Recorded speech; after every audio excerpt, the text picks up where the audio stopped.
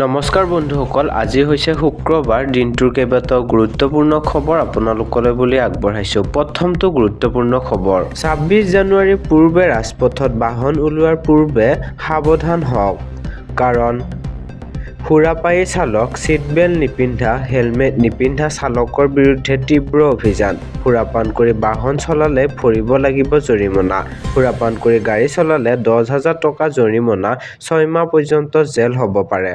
পুনৰ একে ভুল কৰিলে 15,000 টকা জৰিমনা, 2 বছৰ পৰ্যন্ত জেল। ছিটবেল্ট নলগোৱাকৈ বাহন চলালে 1,000 টকা জৰিমনা। হেলমেট নোহোৱাকৈ গাড়ী চলালে 1,000 টকা জৰিমনা, লগতে 3 মাহলৈ বাতিল হ'ব লাইচেন্স। আৰু মোবাইল ফোন ব্যৱহাৰ কৰি গাড়ী চলালে 5,000 টকা জৰিমনা। লাইচেন্স নোহোৱাকৈ গাড়ী চলালে 5,000 টকা জৰিমনা। দুচকীয়া বাহনত 3 জন উঠিলে 1,000 টকা জৰিমনা। ইঞ্চুৰেঞ্চ নোহোৱাকৈ গাড়ী চলালে 2,000 টকা জৰিমনা, 3 মাহৰ জেল। আৰু প্ৰদূষণৰ প্ৰমাণপত্ৰ নাথাকিলে ভৰিব লাগিব 10,000 টকা জৰিমনা আৰু 6 মাহ জেল। কম বয়সৰ ল'ৰা-ছোৱালীয়ে গাড়ী চলালে 25,000 টকা জৰিমনা, 3 বছৰ পৰ্যন্ত জেল। আৰু লগতে এবছৰলৈ বাতিল কৰি দিয়া হ'ব বাহনৰ পঞ্জীয়ন। 25 বছৰলৈ নাপাব ড্ৰাইভিং লাইচেন্স।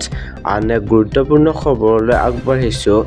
গৌৰৱৰ বিৰুদ্ধে কংগ্ৰেছত ঘৰ শত্ৰু বিভীষণৰ চক্ৰবেহু, চেয়াৰমেনৰ সাৱধানবাণী। ৰেজাউল কৰিমৰ শিৱসাগৰক ধুবুৰী বনাম বিতৰ্কত ইন্ধন যোগাইছে চেয়াৰমেন আলীয়ে। কংগ্ৰেছত ঘৰ শত্ৰু বিভীষণ থকাৰ অভিযোগত নিলম্বিত বিধায়কজনৰ শিৱসাগৰক ধুবুৰী বনাম বিতৰ্কৰ পিছত কংগ্ৰেছক ধাৰাবাহিক সমালোচনা বিভিন্ন সংখ্যালঘু নেতাৰ। বিশেষকৈ ৰেজাউল কৰিম চৰকাৰৰ মন্তব্যৰ বিৰুদ্ধে প্ৰতিক্ৰিয়া প্ৰকাশ কৰি চৰকাৰৰ প্ৰতি অৱহেলাসূচক মন্তব্য কৰা কংগ্ৰেছৰ দেৱব্ৰত শইকীয়া আৰু প্ৰদ্যুৎ বৰদলৈৰ বিৰুদ্ধে মুখৰ হৈ পৰিছে বিভিন্ন সংখ্যালঘু নেতা। পিছ পৰি থকা নাই অধুনালুপ্ত বাঘবৰৰ বিধায়ক চেয়াৰমেন আলীও।